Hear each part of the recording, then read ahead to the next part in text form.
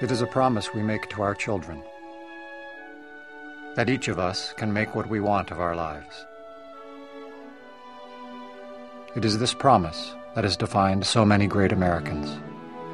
I stand here knowing that my story is part of the larger American story, that I owe a debt to all of those who came before me, and that in no other country on earth is my story even possible. And it has defined him as well.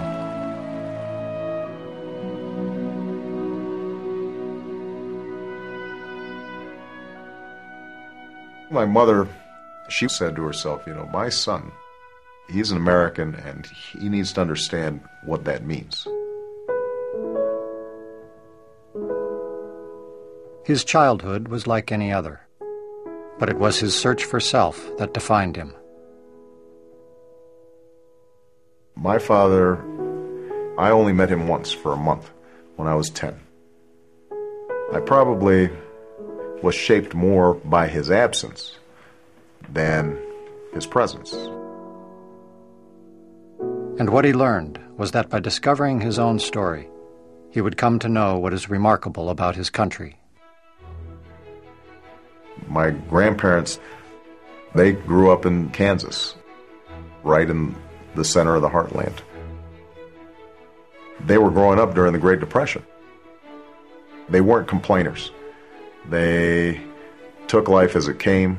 They knew they had to work hard even when difficult things happened. His grandfather fought in Patton's army. His grandmother worked on a bomber assembly line.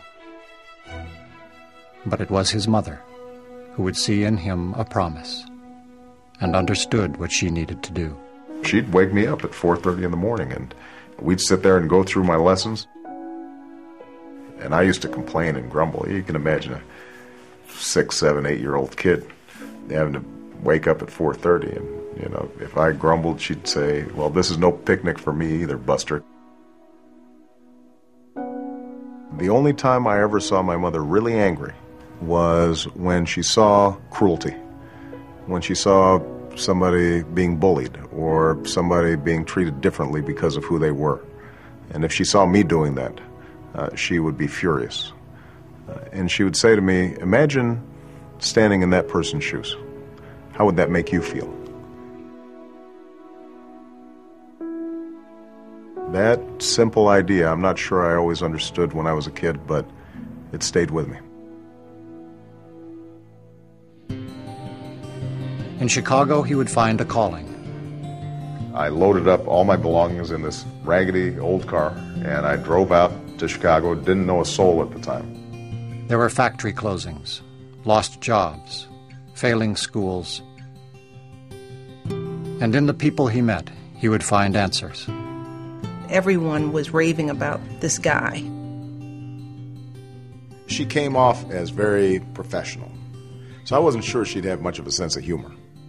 I thought, Barack Obama, who names their kid Barack Obama? It's one thing if your name was Barack Smith or Barry Obama, but Barack Obama, that's a killer. That's not going to work. And sort of a month into it, he was like, "We should go out on a date." And I thought, no. So he took me to this training that was going on in a church basement on the far south side of the city. Most of the folks in that basement were there because they had faced some point of hopelessness. We walk in, and he takes off his suit jacket and launches into what I think is the most eloquent discussion about the world as it is and the world as it should be. And that was it. Really, after that day, that was it. I was in love with him.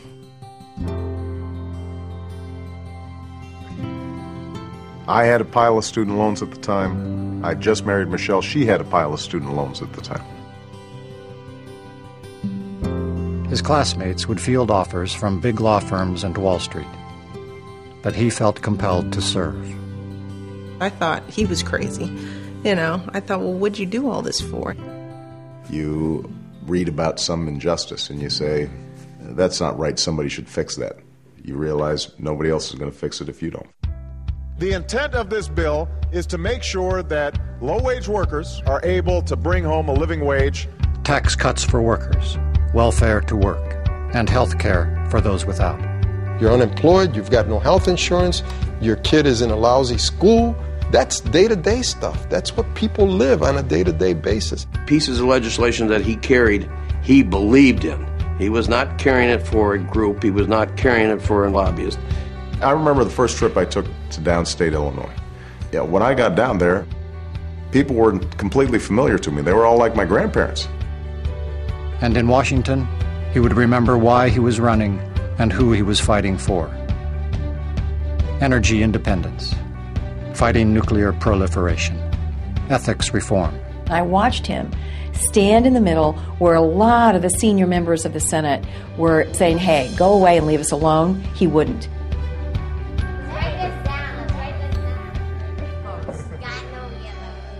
What I want is a family that is transmitting the values I inherited, the values that Michelle inherited to the next generation.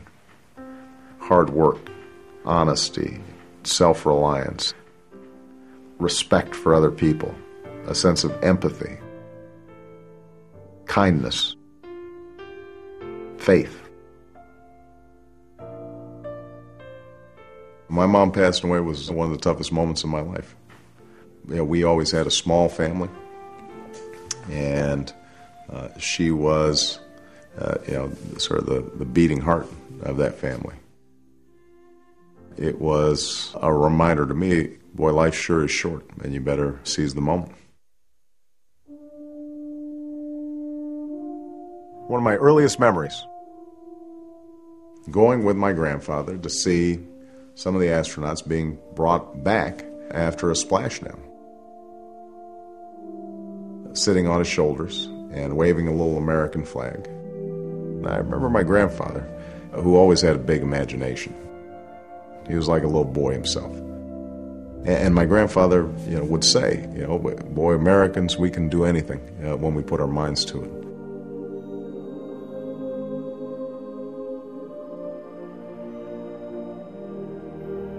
It is a promise we make to our children, that each of us can make what we want of our lives. It is a promise that his mother made to him, and that he would intend to keep. I stand before you today to announce my candidacy for President of the United States of America. I don't think we've ever had a conversation about being a senator or being president. It was always about trying to move people. Every generation, we have an obligation to work on behalf of the next generation. We've got to work to make their lives better. I know what it's like not to have a father in the house, to have a mother who's trying to raise kids, work, and get her college education at the same time. It is that fundamental belief, I am my brother's keeper, I am my sister's keeper, that makes this country work. I know what it's like to watch grandparents age, whether their fixed income is going to be able to cover the bill. We've got to transform the political culture so it's responsive to you and not the special interests and not the fat cats, not the lobbyists, but is responsible to you and your children. And when I travel from town to town, I see Americans going through the same things that my family went through. And I'm reminded of what my mother always said. Imagine what it's like being somebody else's shoes. One person's struggle is all of our struggles. We recognize ourselves and each other to make sure that opportunity is there. Not just some people, but all of us.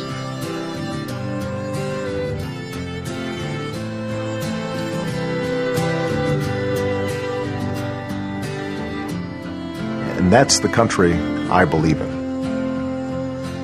That's what's worth fighting for.